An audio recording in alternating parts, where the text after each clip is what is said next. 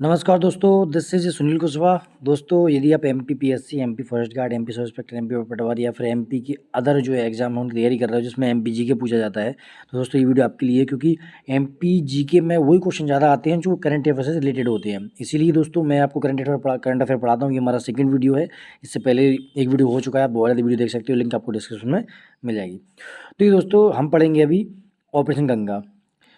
ये इसके बारे में बता चुका हूँ मैं दोस्तों। ऑपरेशन गंगा क्या होता है, जैसे यूक्रेन में युद्ध चल रहा था, यूक्रेन का, और आपको मालूम है रसिया का युद्ध चल रहा था, तो यूक्रेन से जो मध्य प्रदेश के 500 एमपी के 500 जो स्टूडेंट थे वहाँ से वापस लेके आए थे। तो ऑपरेशन गंगा यूक्रेन से जो स्टूडेंट थे उसको इंडिया लाने का एक ऑपरेशन था जिसको ऑपरेशन गंगा नाम दिया गया था। ये आपको याद रखना होगा, मोस्ट इंपोर्टेंट पेपर में कभी भी आपसे पूछा जा सकता है। ठीक है, तो ये देखिए ऑपरेशन गंगा के माध्यम से यूक्रेन गृह युद्ध के दौरान वहाँ पर फंसे भारतीयों को सुरक्षित घर वापस लाया गया था। इसमें 500 एमपी के नागरिक लौटे थे। ठीक है, चलिए दोस्तों, अब देखिए सच्चाई के बारे में अगर बात करता हूँ मैं, तो आपको मैंने कल ही बताया था एक वीडियो, अपनी कल वाली वीडियो में, कि बुरहानपुर मध्य प्रदेश का ऐसा पहला जिला है जो जिसमें प्रत्येक घर में नल कनेक्शन पहुँच चुका है। ठीक है, तो यही दोस्तों इसी के आगे चलते चिनाब बोरास बैराज, चिंकी बोरास बैराज जो संयुक्त विद्युतीय परियोजना है, सिंचाई परियोजना, ये कौन से जिले से लाभान्वित है? तो दोस्तों जिले नर्मदा, नरसिंहपुर और दोस्तों रायसेन, ये दो ऐसे जिले हैं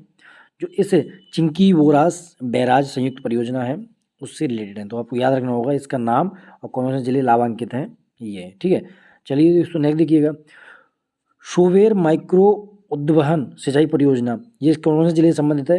खरगोन और इंदौर। आपको याद कैसे रखना है? देखिए दोस्तों मैं आपको बताता हूँ याद करने की तरीका। जैसे माइक्रो माइक्रो मतलब बहुत छोटा होता है, तो बहुत छोटा होने के चक्कर में खो गया मतलब खरगोन। ठीक है, और इंदौर, आप ऐसे इसको याद रख सकते हो, ऐसी ऐसी चीज़ें याद रखिए, रखा करिए तो आप भूलोगे नहीं कभी। देखिए दोस्तों इसी सिंचाई के आगे हम बढ़ते हैं, केन बेतवा लिंक परियोजना। ये इंपॉर्टेंट क्यों है दोस्तों? क्योंकि ये इससे क्वेश्चन पेपर में आ चुका है पहले भी, और ये परियोजना चल रही है, तो उसी के रिगार्डिंग ये भी उसी से संबंधित है, इसलिए हम पढ़ लेते हैं। केन बेतवा लिंक परियोजना के से मध्य प्रदेश के 8,11,000 हेक्टेयर क्षेत्र में वार्षिक सिंचाई। ये दोस्तों डाटा आपके लिए इंपॉर्टेंट नहीं है, इंपॉर्टेंट है कि पेयजल एवं कितनी लाइट बनेगी, 103 मेगावाट इससे विद्युत उत्पन्न होगी, ये आपके लिए इंपॉर्टेंट है। ठीक है दोस्तों, पशुधन के बारे में बताता हूँ। इसमें आपको आपको इम्पोर्टेंट यही है कि मध्य प्रदेश देश में कौन से तीसरे नंबर पर है दुग्ध उत्पादन में, कौन से नंबर पर है? थर्ड नंबर पर है मध्य प्रदेश दुग्ध उत्पादन में पूरे इंडिया में। ये आपको याद रखना है। बाकी ये जो डाटा है इसको आप याद ना रखो तो भी कोई ज़्यादा इंपॉर्टेंट नहीं है। ठीक है, चलिए दोस्तों नेक्स्ट देखते हैं, नेक्स्ट क्या है। देखिए ये आ गया, तो मैंने आपको बता दिया था ये जो बुरहानपुर है वो 100% नल कनेक्शन वाला पहला जिला है मध्य प्रदेश का, ये आपको याद रखना होगा। ठीक है, और हर घर जल जिला बन गया है कौन सा? बुरहानपुर। यही इंपॉर्टेंट है आपको, और इसी में आपको यही याद रखना है, इसके अलावा ज़्यादा आपको इसमें कुछ नहीं है। जल जीवन मिशन के अंतर्गत ये आता है, केंद्र की है और राज्य की संयुक्त परियोजना है जल जीवन मिशन। ठीक है, चलिए दोस्तों नेक्स्ट देखिएगा, ऊर्जा से संबंधित कुछ क्वेश्चन जो पेपर में आ सकते हैं आपके, वो हम पढ़ते हैं। अच्छा, आवास के पहले आवास को देख लेते हैं।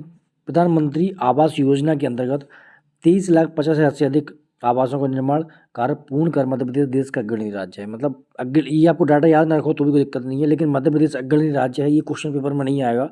अग्रणी राज्य है या पहला राज्य, दोनों में अंतर होता है। फर्स्ट मतलब आ सकता है, अग्रणी मतलब इसमें कभी चल रहा होता है, ये आता नहीं है इसमें, है ना। चलिए दोस्तों, 2022-23 में लगभग 10 लाख नए हितग्राहियों को, तो ये इंपॉर्टेंट नहीं है। प्रधानमंत्री आवास योजना शहरी अंतर्गत उत्कृष्ट प्रदर्शन के लिए मध्य प्रदेश को दूसरा स्थान मिला, प्राप्त है। ठीक है, मध्य प्रदेश को कौन सा दूसरा स्थान प्राप्त हुआ है, ये इंपॉर्टेंट है आपको। ठीक है, शहर में जो आवासीय योजना है, प्रधानमंत्री आवास योजना शहर में क्रमांक चल रही है, जिसका काम चल रहा है, उसमें मध्य प्रदेश दूसरे स्थान पर है, ये आ सकता है। ये दोस्तों इंपॉर्टेंट है।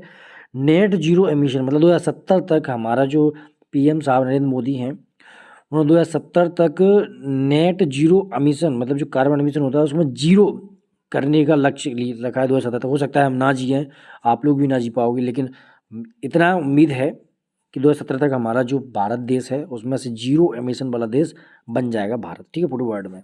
चलिए दोस्तों, अब बात करता हूँ मैं ऊर्जा की। तो ऊर्जा में दोस्तों देखिए, ऊर्जा में 2-3 चीज़ें इंपॉर्टेंट है। सबसे पहली चीज़ इंपॉर्टेंट है कि जो ऊर्जा उत्पादन क्षमता है वो बड़ी है। देखिए प्रदेश में 31 को स्थित विद्युत वो की स्थिति में विद्युत क्षमता बढ़कर 21,451 मेगावाट हो गई है। तो मध्य प्रदेश में कितनी विद्युत क्षमता? 21,451 मेगावाट, इतनी पावर हमारे मध्य प्रदेश में जनरेट होती है। तो ये आपकी डाटा याद रखना होगा, 451, ठीक है। यही आपके लिए मोस्ट इम्पोर्टेंट है। इसमें सबसे ज़्यादा जो योगदान है वो विद्युत में दोस्तों किसना, थर्मल पावर प्लांट है, उसका ज़्यादा योगदान है, ठीक है। देखिए दोस्तों यहाँ कुछ है देखिए नवकरणीकरण आपके लिखा है, या नवीनीकरण ऊर्जा की स्थापित क्षमता 5100 मेगावाट तक पहुँच गई है। कितनी, मतलब जो हमारी नवीनीकरण क्षमता है वो कितनी है, जैसे हमारा पानी से विद्युत बनती है, पवन चक्की से विद्युत बनती है, ये इसकी मात्रा कितनी है, ये 5100 मेगावाट हो गई है। कितने में से, 21,451 में से 5100 नवीनीकरण ऊर्जा है, बाकी थर्मल पावर प्लांट से जनरेट होती है, ठीक है, या न्यूक्लियर प्लांट से जनरेट होती है। और ये 2-3 प्लांट है हमारे इंडिया में, उसके बारे में हम आगे कभी पढ़ेंगे। तो ये आपको इम्पोर्टेंट है। और पवन चक्की का इसमें नवीनीकरण ऊर्जा में सबसे ज़्यादा योगदान किसका है, पवन चक्की का है, ठीक है।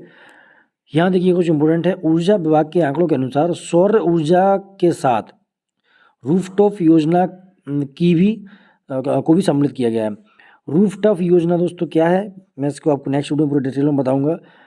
तब की स्थिति में सौर ऊर्जा स्रोत से सर्वाधिक अच्छे ऊर्जा उत्पन्न उपलब्ध होगी। देखिए दोस्तों वैसे पवन चक्की से होती है कितनी, पवन चक्की से होती है 5100, लेकिन यदि जो रूफ टॉप मतलब छत पे जो ऊर्जा प्लांट, तो उसी अगर जोड़ लिया जाए तो सबसे पहले नंबर पे कौन सा होगा, हमारा सौर ऊर्जा की ऊर्जा होगी सबसे पहले नंबर पर। चलिए दोस्तों ये ज़्यादा इम्पोर्टेंट आपके लिए नहीं है, इम्पोर्टेंट ये कि कितनी होती है और नवीनीकरण ऊर्जा उसमें कितनी है, ठीक है।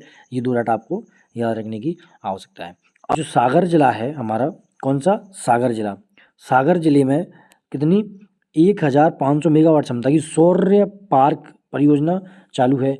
इसके अलावा दोस्तों ओमकारेश्वर जलाशय में 600 मेगावाट की क्षमता की फ्लोटिंग मतलब चलती फिरती सौर परियोजना है। फ्लोटिंग पे मतलब चलती फिरती परियोजना है, ठीक है। छतरपुर में 1500 मेगावाट की सौर परियोजना स्थापित करने की कार्रवाई प्रचलित है, मतलब चल रही है। फिर 750 मेगावाट की पवन और सोलर हाइब्रिड परियोजना की स्थापना की जा रही है। ये दोस्तों आप पढ़ लीजिए, आपको कभी भी काम आ सकता है, ठीक है। सौर ऊर्जा के लिए वर्ष 2021-22 का बजट अनुमान, ये आपके लिए इंपॉर्टेंट नहीं है, इसमें कुछ नहीं है इंपॉर्टेंट, नहीं, ठीक है। तो दोस्तों इतना आपको मैं बता दिया है, और कल हम फिर मिलेंगे इसी इंपॉर्टेंट वीडियो के साथ। दोस्तों मैं चाहता हूँ कि आपकी बूंद से गड़ा भर है और सर आपको जॉब मिल जाए, इसलिए आप थोड़ा देख लीजिए। 5-7 मिनट की वीडियो आती है मेरी डेली। MBA करंट आप करंट अफेयर आप पढ़ते रहोगे तो किसी से बात करने लायक रहोगे, एग्जाम में आप क्वेश्चन सोल्व भी कर पाओगे, क्योंकि इन्हीं से रिलेटेड सारे क्वेश्चन आएंगे। दोस्तों वीडियो अच्छा लगा तो लाइक करने से चैनल को सब्सक्राइब करना। गुड डे, टेक केयर, जय हिंद, जय भारत।